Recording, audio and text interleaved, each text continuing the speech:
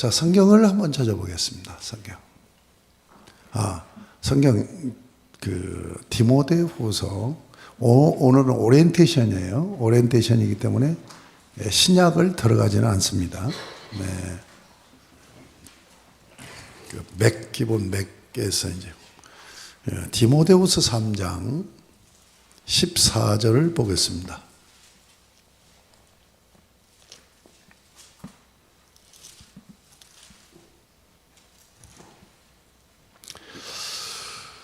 어, 14절부터 우리 같이 한 목소리로 함께 읽을까요? 압독하겠습니다. 시작. 그러나 너는 배우고 확신한 일에 거하라. 너는 네가 누구에게서 배운 것을 알며 또 어려서부터 성경을 알았나니 성경은 능히 너로 하여금 그리스도 예수 안에 있는 믿음으로 말미암아 구원에 이르는 지혜가 있게 하느니라.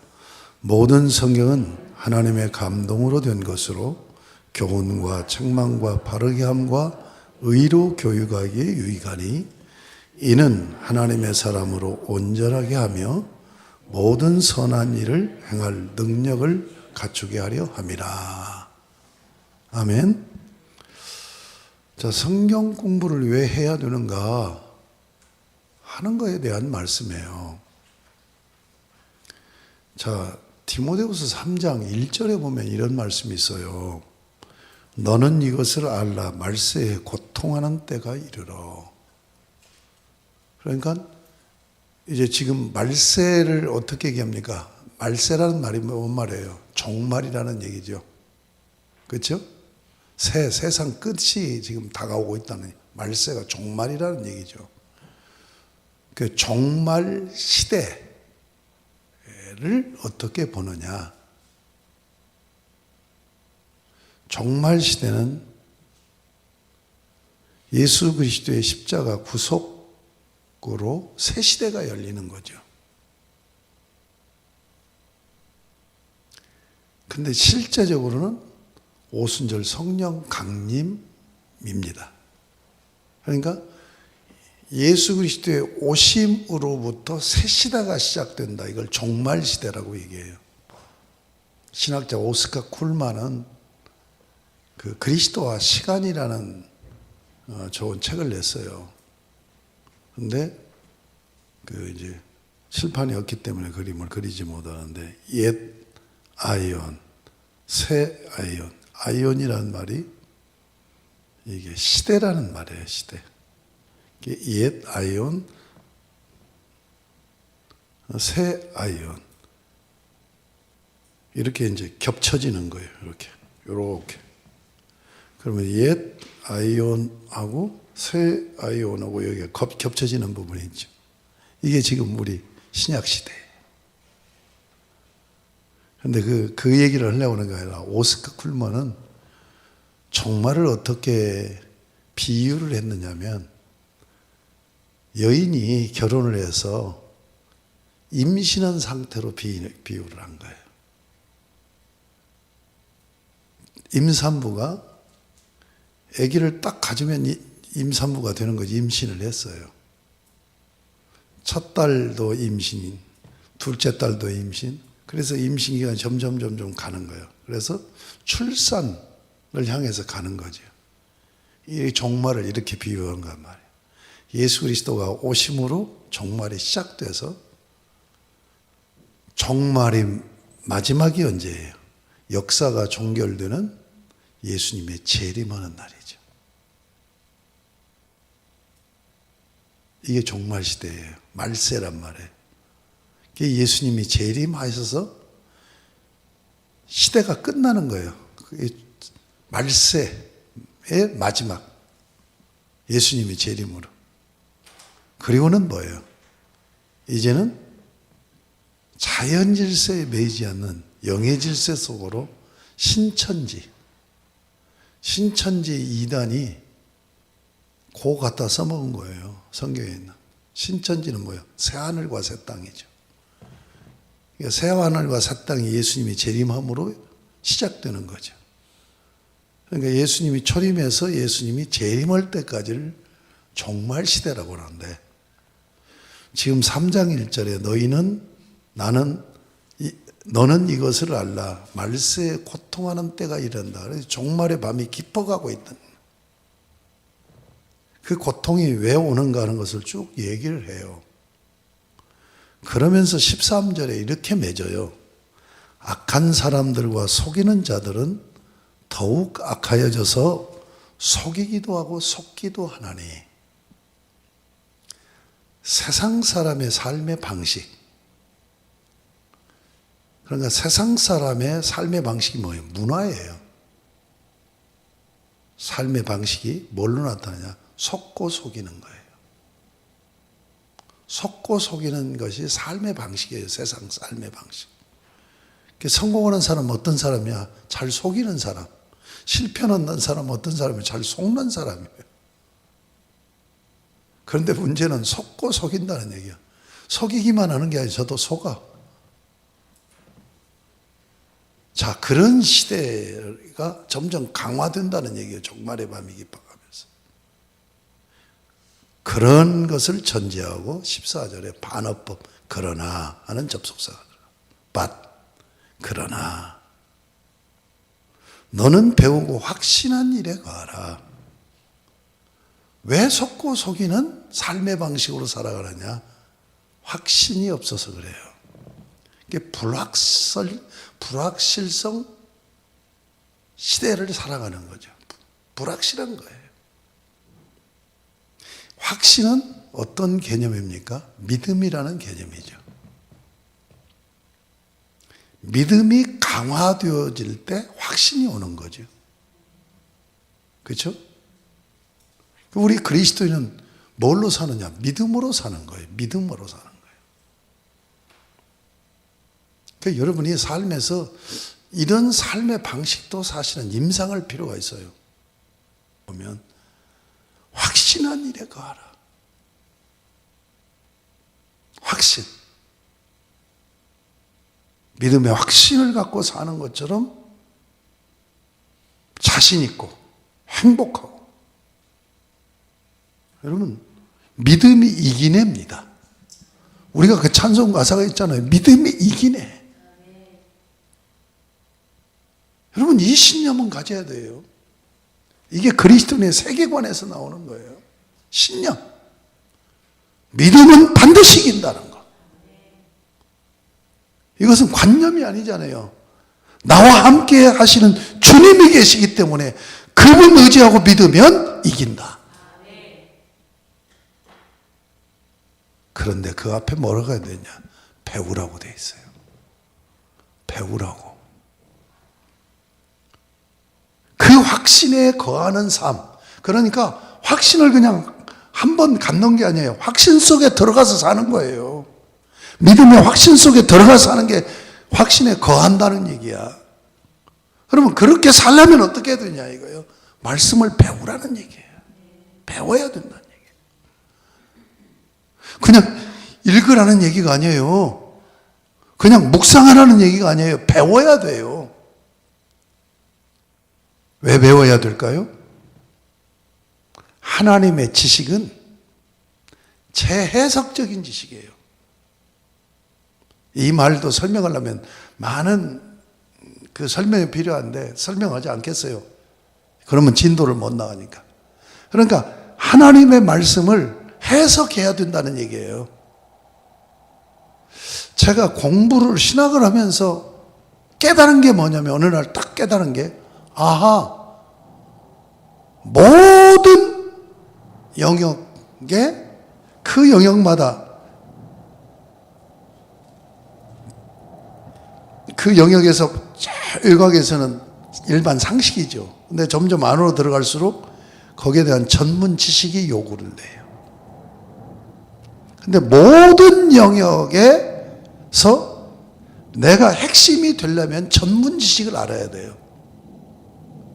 그런데 그 전문 지식을 아는 것이 중요한 게 아니더라는 것을 깨달은 거예요. 어느 날 신학을 하면서. 해석이구나. 해석이 중요한 것을 깨달은 거예요. 이게 저는 좀 생각을 많이 하고 사는 사람이거든요. 그러니까 하루 종일 생각을 하고 살아요. 그런데 이제 많은 시간을 성경 생각을 많이 하죠. 근데 생각을 하고 살으니까 오늘 갑자기 그 깨달음이 딱 오는 거예요. 아, 해석학이구나. 근데 제가 신학할 때는 해석학 쪽에 학자가 없었어요.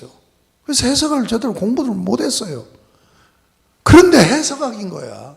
그래서 가만히 보니까 법 쪽에서도 보면요, 재판할 때 율법전서 법의 원리를 갖고 재판하는 게 아니에요.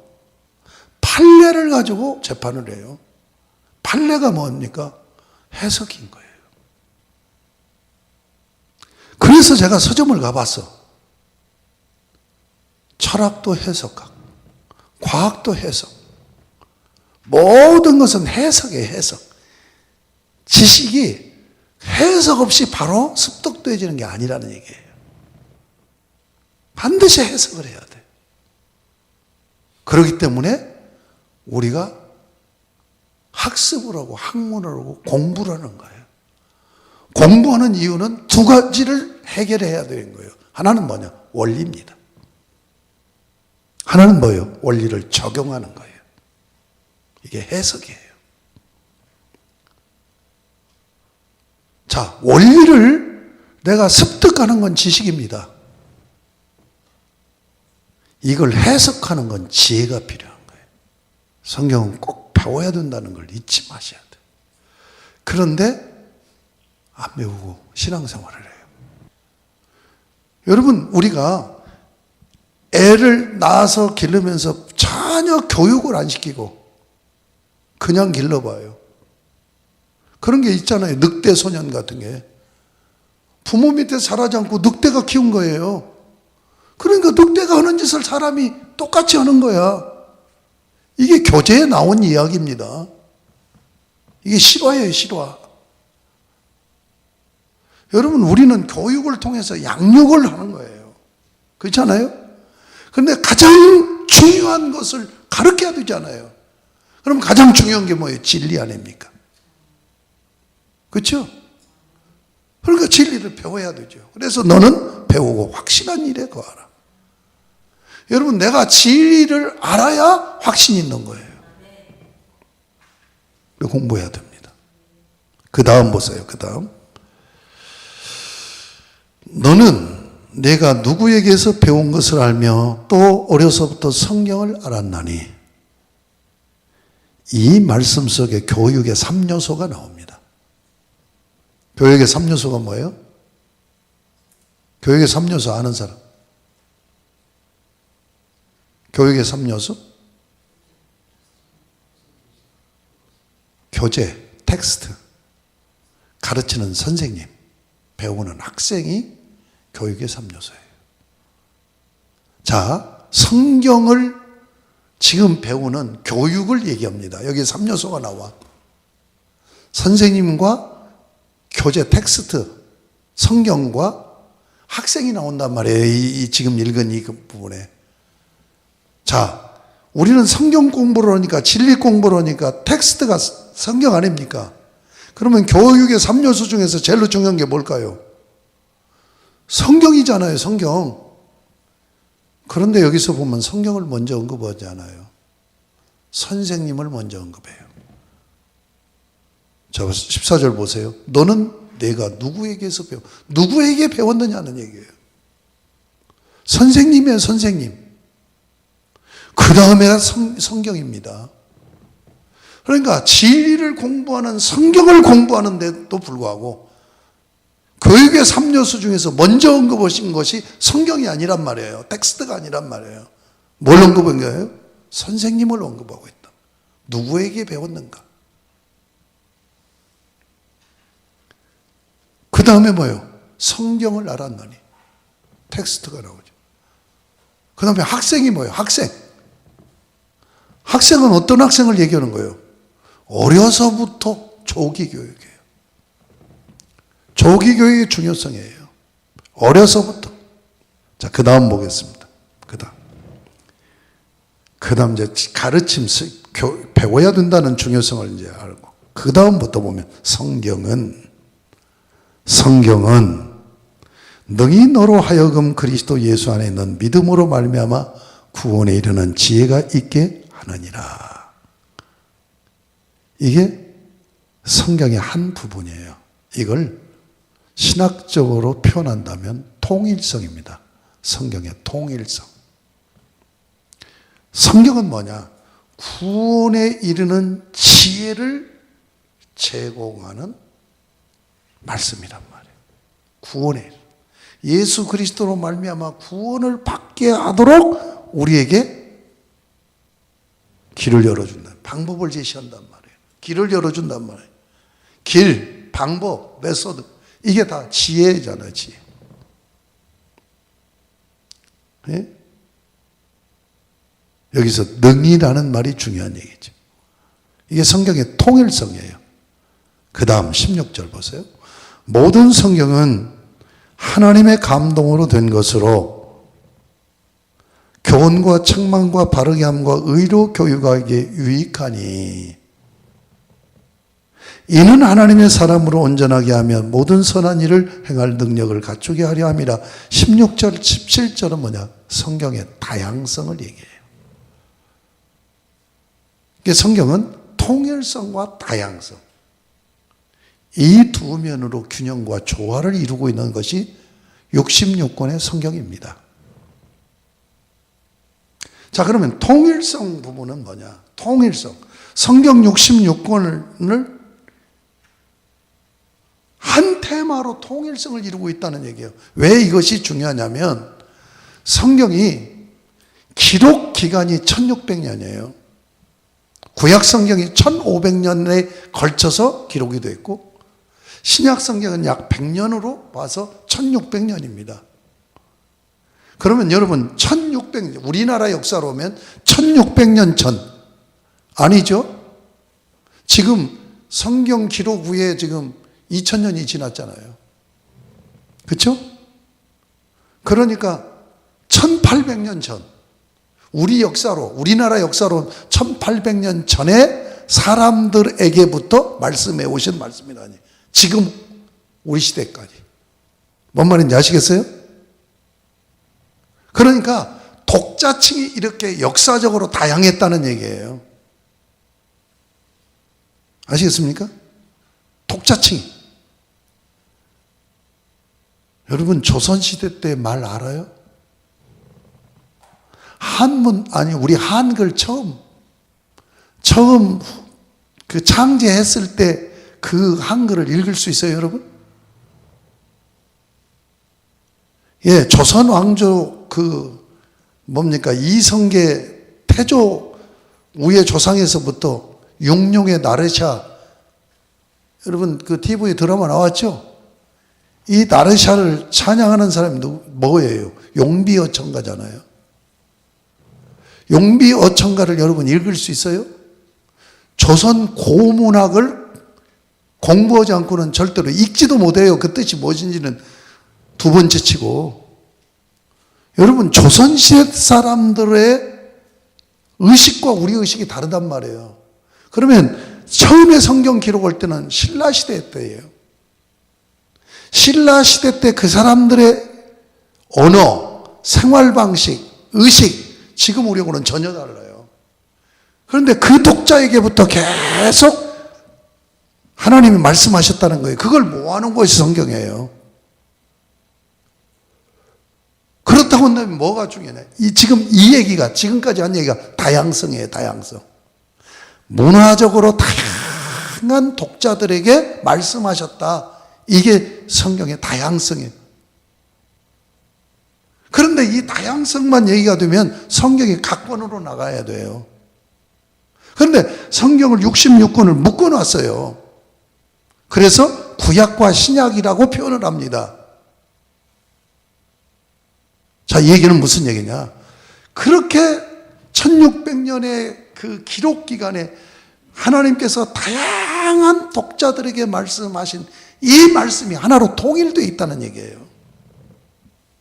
이게 통일성입니다.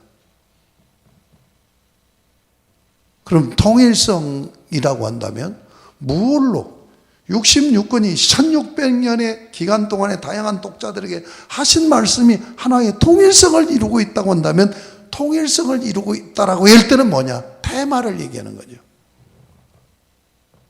무슨 주제로, 무슨 테마로 하나로 성경을 66권을 표현하고 있느냐? 이것이 하나님 나라예요. 66권의 테마는 하나님 나라예요.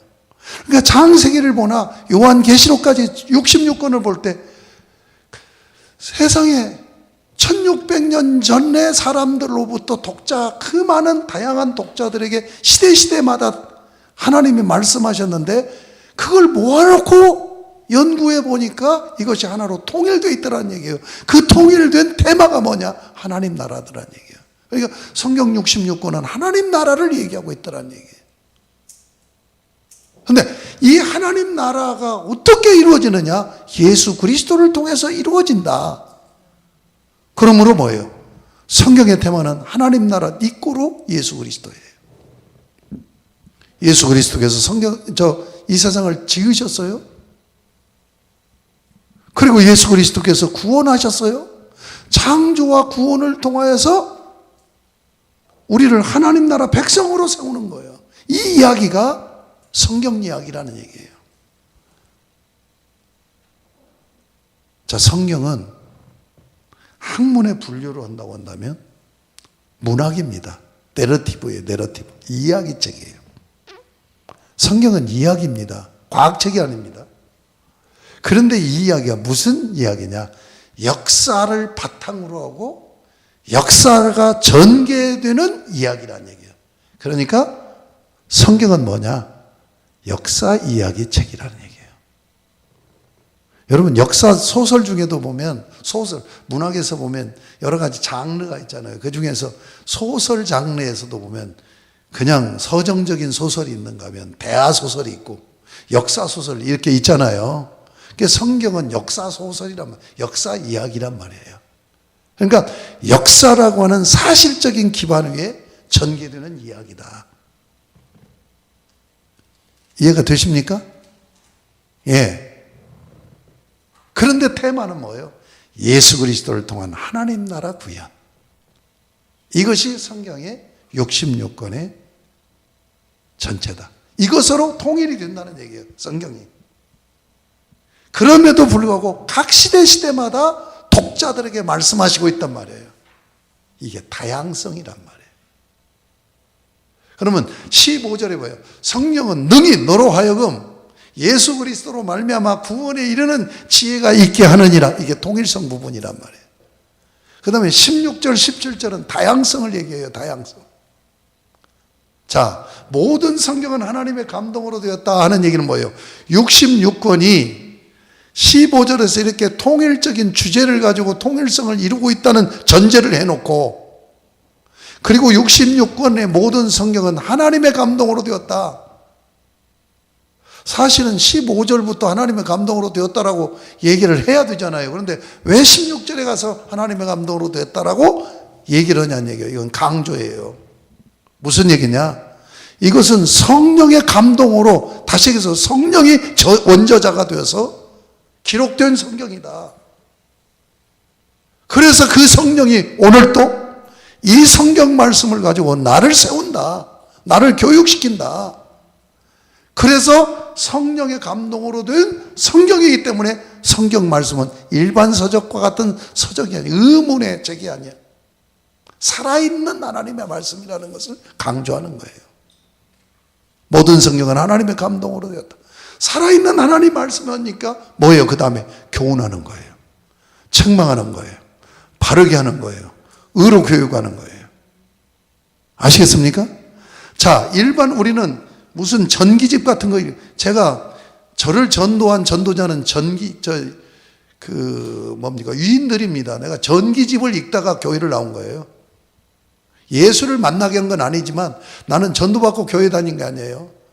전기집을 읽다가 보니까 유인들이 대부분 다 기독교인 출신이라는 것에 내가 매력을 느끼고, 나도 교회 나가면 훌륭한 사람이 될 수 있지 않을까 해서 고등학교 1학년 때 교회를 다니기 시작한 거예요. 그런데 유인전을 읽으면 감동되네. 나도 저렇게 살아야지. 이것은 읽으면서 내가 감동을 받고 내 주관적인 어떤 반응을 하는 거예요. 근데 성경은 그게 아니에요. 살아있는 말씀으로 내가 응답하기 전에 가르친다니까요. 성경이 살아있는 말씀이니까. 아멘? 말씀이 여러분을 가르친다고요. 자, 어떻게 가르치는가 보시죠. 첫 번째가 교훈입니다. 교훈은 우리의 삶에 실제로 적용한다면 방향제시라는 거예요. 여러분 인생의 성패는 방향이에요. 방향. 그 방향이 정해졌으면 그 다음에 하는 게 집중력입니다. 방향도 안 정해놓고 집중해 보세요. 웃기지도 않는 얘기지. 방향입니다. 교훈한다는 건 방향을 제시하는 거예요. 책망은 뭐냐? 방향을 정해줬는데 방향에서 일탈을 하는 거예요. 성경 공부하기로 해놓고는 딴짓 하는 거예요. 어디 가는 거예요. 이게 책망이란 말이에요. 그때 책망을 하시는 거야. 하나님 말씀이. 근데 책망만 하고 마는 게 아니에요. 너 지금 일탈하고 있어. 이걸 지적해놓고 그 다음에 뭐예요? 바르게 함과. 바르게 하면 뭐예요? 제자리로 너 이 방향으로 가야 돼 하고 선로에서 기차가 뭐예요? 벗어났으면 그러면 이제 사고가 나잖아요. 그럼 그거 들어서 다시 내일에다 올려놓는 것 같이 바르게 하면 지적만 한 게 아니라 바른 방향으로 딱 잡아준단 말이에요. 그 다음에 의로 교육하기에 유익하다는 얘기는 뭐예요? 다시는 일탈하지 않도록 재교육을 시키는 거예요. 하나님이 말씀이 살아있어서 그렇게 한다니까. 그러니까 배워야 되겠어요? 안 배워야 되겠어요? 배워야 되겠죠. 방향 제시하고 방향에서 일탈했으면 너 그렇게 하면 안 돼. 거기서 끝나는 게 아니에요. 지적만 하는 게 아니에요. 거기다 다시 올려놔줘. 제 페이스로 방향을 잡고 갈 수 있도록. 그리고는 다시는 그렇게 일탈하지 않도록 재교육을 시키는, 여기까지 간단 말이에요. 성경이, 하나님 말씀이. 살아있는 하나님 말씀이에요. 그러니까 배우고 확신한 일에 거해야 된다는 얘기예요. 이해가 됩니까? 왜 그러는 거예요? 17절에 나옵니다. 이는 하나님의 사람으로 온전하게 하며. 이 대목으로도 1시간 강의를 해야 될 부분이에요. 무슨 온전하게 하다, 온전하다는 성숙이란, 온전하다는 것이 완전하다, 다 찼다, 다 이루어졌다, 이런 의미를 담고 있는데 우리 인격적인 관계로 이것을 적용하면 뭐예요? 성숙이에요. 성숙. 하나님의 성경은 하나님의 사람으로 성숙을 시켜. 그러면 여기서 하나님의 사람이 어떤 사람이냐는 얘기예요. 이게 이제 제가 창세기 1장 할 때 세계관 다룬 문제로, 세계관 문제예요. 하나님의 사람은 어떤 사람이냐? 하나님을 주인으로 삼고 사는 사람이에요. 이건 주권 문제입니다. 주권. 하나님의 주권을 절대적으로 인정하고 사는 사람.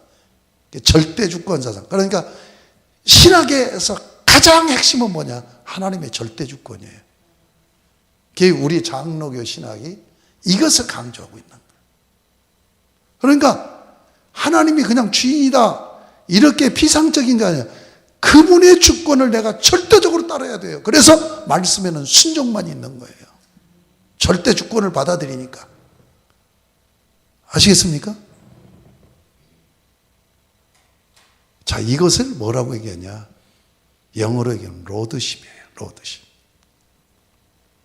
주님의 주권을 인정하는 거예요. 주권이 내게 있는 거예요. 이 얘기는 무슨 얘기인 줄 압니까? 내가 선택할 수 없다는 거예요. 예? 뭔 말인지 아시겠어요? 그러니까 하나님 말씀 앞에서는 아니요 할 수가 없단 말이에요. 아니요는 건 내가 선택하는 거잖아요. 예, 아니요는 내가 선택하는 거예요. 그런데 그리스도 안에서 예만 있느니라라고 얘기하고 있어요. 왜 그리스도 안에서라고 할까요? 그리스도와 연합되어서. 예수 그리스도는 뭐예요? 요한복음의 핵심 테마기도 합니다. 아버지의 절대 주권을 인정했어요. 그래서 아버지가 보내신 일만 하는 거예요. 보내셔서 하라는 말만 하고. 그와 같이 너희도 하나님 말씀 앞에서 아니요 할 수가 없다는 얘기예요. 글쎄요 할 수가 없다는 얘기예요. 예만 해야 된다는 얘기예요. 이게 바로 뭐냐? 주권을, 하나님의 주권을 절대로 인정하는 거예요. 이 로드십은 뭐냐? 주님이 나의 주인이시다. 여러분, 이 문제가 해결되면 신앙 생활이 안 됩니다.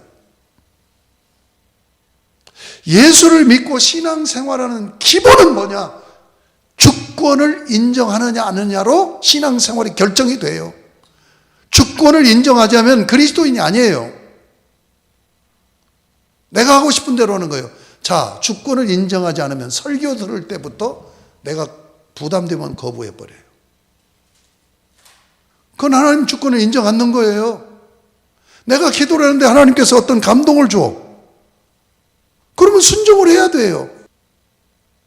여기서 잘 나가는 병원을 하고 있어요. 너 그거 접고 아프리카로 가라. 가는 거예요. 여러분, 우리 한국교회 이런 분들이 있어요.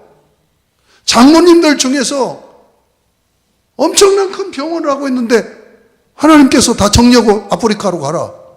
이게 쉬운 줄 알아요? 이게 쉽지 않아요. 그런데 그걸 정리하고 가요. 이건 뭐냐? 주권을 인정하는 거예요. 이게 하나님의 사람이라는 얘기예요. 아시겠습니까? 그러니까 성경 공부를 왜 하느냐? 우리는 자꾸 내가 주인 되려고 그래요. 내가 선택하려고 그래요. 그래서 하나님하고 계속 타협을 보려고 그래요. 이건 미숙한 신앙인이란 말이에요. 성숙한 사람은 뭐예요? 이해하는 거예요. 이해. 아브라함이 그랬잖아요. 네 사랑하는 독자 이삭을 내가 지시하는 한산 그곳에 가서 번제로 드려라. 네가 사랑하는 네 아들 독자, 이 용어가 굉장히 중요한 관용어예요. 자식에게 온전히 푹 빠져있는 상태를 지금 표현하고 있는 거예요. 네가 네 자식 이삭에게 얼마나 내가 빠져있는지를 안다. 그런데 그 자식 가서 네가 친히, 여기 재규 대명사를 사용해요. 재규 대명사는 뭡니까? 네가 친히 하라는 거예요. 네가 친히 그 아들을 데려가서 목에 칼로 목을 자르고 배를 갈라서 내장을 긁어내고 각을 떠서 바치라는 거예요. 그거 했어요? 못 했어요? 했잖아요. 지금 아브라함을 불러가지고 그 훈련을 시키는 거예요. 아브라함 훈련시키는 건 다른 게 아니에요. 언약을 맺었어요. 아들 이삭 준다고 그랬어요. 그런데 이삭 준다고 그러는데 하나님 안 줘. 기다리다가 무슨 짓을 해요? 이스마엘을 놔버리잖아요. 하나님이 약속해 주면 약속을 믿고 가야 되는데 시키는 대로 안 한 거야. 그런데 22장에 가서는 아브라함이 지금 하나님의 사람으로 완전해진 거예요. 성숙해서 자기가 그렇게 사랑하는 자기 생명보다도 자기보다도 더 귀하게 여기는 이삭을 제물로 바치라고 하니까 바쳐요. 그때 창세기 2장 22장 12절에서 뭐라고 얘기해요? 내가 이제야 네가 나를 경외하는 줄 아노라. 너는 이제 하나님의 사람으로 훈련이 다 끝났어. 아브라함을 40년 이상을 훈련시킵니다. 40년 이상 훈련시키는 주제가 뭔 줄 알아요? 주권 문제예요. 주권 문제. 자, 주권 문제를 쉽게 얘기하면 너 시키는 대로 할 수 있느냐 이거예요. 시키는 대로 할 수 있느냐. 그런데 아브라함이 그것을 하고 나니까 내가 이제 너를 안다 하고 하나님의 사람으로 완전해졌다. 20장 12절이 뭐예요? 아브라함을 믿음의 조상으로 세우는 말씀입니다. 이해가 되십니까? 성경 공부를 해서 이 목표를 향해서 달려가야 된단 말이에요. 이렇게 성숙해지기를 위해서. 지식 채우기 위해서 성경 공부하는 거 아닙니다. 한번 따라합시다. 하나님 말씀을 배우는 것은 알기 위해서 배우는 것이 아니라 살기 위해서 배운다. 하나님의 사람으로 자라가야 됩니다. 이게 목표가 되어야 된단 말이에요. 그 다음에 두 번째는 뭐예요? 두 번째 뭐라고 되어 있습니까? 모든 선한 일을 행할 능력을 갖추게 하려 함이라. 이건 뭐예요? 자, 하나님의 사람으로 성숙되어져 가는 것을 전편에는 얘기했다면 두 번째는 뭐예요? 삶의 삶. 자, 하나님이 우리를 어떻게 살라고 지어놓은 줄 압니까? 이게 에베소 2장 10절 얘기예요. 우리는 그의 만드신 바라. 이게 보이의 말입니까?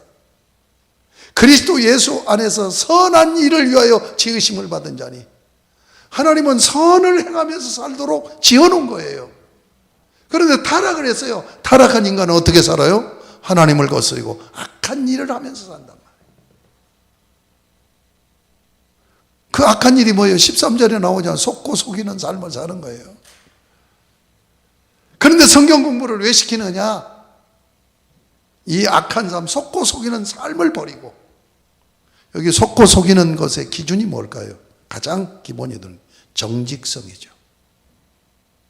정직성을 놓쳐버리면 속고 속이는 것에 휩쓸려서 살 수밖에 없죠. 정직성을 회복해서 악한 일을 하는 게 아니라 선한 일을 도모하는 거예요. 여러분, 성경 공부를 왜 하느냐? 이 못된 이 삶의 방식을 바꾸는 거예요. 바꾸는 거예요. 그래서 성경 공부해야 된다는 것을 잊지 마시라고요. 아시겠습니까? 자, 그러면 이제 정리합니다. 저거 성경 공부는 뭐냐? 구원에 이르는 지혜가 있게 하느니라 하는 통일성에 초점이 맞춰져 있어요. 이게 맥공부입니다. 이 공부를 하면서 여러분이, 제가 이제 시간이 없어서 그런데 이 다양성 부분은 사실은 양육과 훈련으로 들어가야 돼요. 그래서 내가 이렇게 하나님 말씀을 지금 16절 17절은 뭐냐? 묵상하는 거예요. 15절은 배우는 것이고 16절 17절은 묵상하는 거예요. 그러면 성경 공부를 왜 적어내냐? 묵상하기 위해서 그런 거예요. 그래서 성경을 대할 때는 읽고 배우고 묵상하고 암송하는 거예요. 이 네 가지를 하는 거예요. 성경 공부를 할 때. 성경을 대할 때 여러분 네 가지 관점. 하나는 읽어야 돼요. 두 번째는 배워야 돼요. 세 번째는 묵상해야 돼요. 네 번째는 암송해야 돼요. 내가 자꾸 잊어버리는데 주일날 설교 들어가기 전에 전주에 설교했던 성경 구절, 중요한 성경 구절을 한 구절씩 암송을 시켜야 되겠다는 생각을 하는데, 내 후배 목사가 그런 간증하더라고요. 자기는 목회를 하면서 매주 예배 드릴 때마다 성경 한 구절씩 암송했다는 거예요. 그것이 10년, 20년 가니까 성도들이 성경을 많이 가지고 있다는 거예요. 그런데 그게 능력이 된다는 거예요, 성도들에게. 신방 안 해도 그 말씀, 암송한 그 말씀이 그 어려운 문제에 딱 직면해서 고민하고 기도하면은 그 말씀이 딱 떠오른다는 거예요. 그래서 그 말씀으로 해답을 받아버린다는 거예요. 암송이 그렇게 중요한 거예요. 자, 그런데 여기서 핵심은 뭐냐? 읽고 배우고 묵상하고 암송하고, 여기서 가장 중요한 건 묵상입니다. 왜 묵상하느냐? 살기 위해서 묵상하는 거예요. 그래서 묵상 적용 그렇게 나가는 거죠. 그러니까 여러분 지금 16절 17절은 여러분이 해야 될 숙제라는 얘기예요.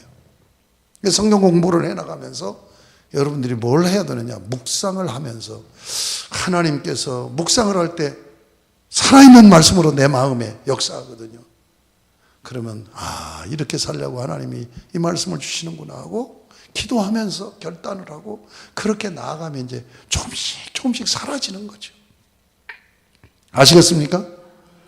자, 성경 공부에 대해서 여기까지 이제 말씀을 드렸습니다.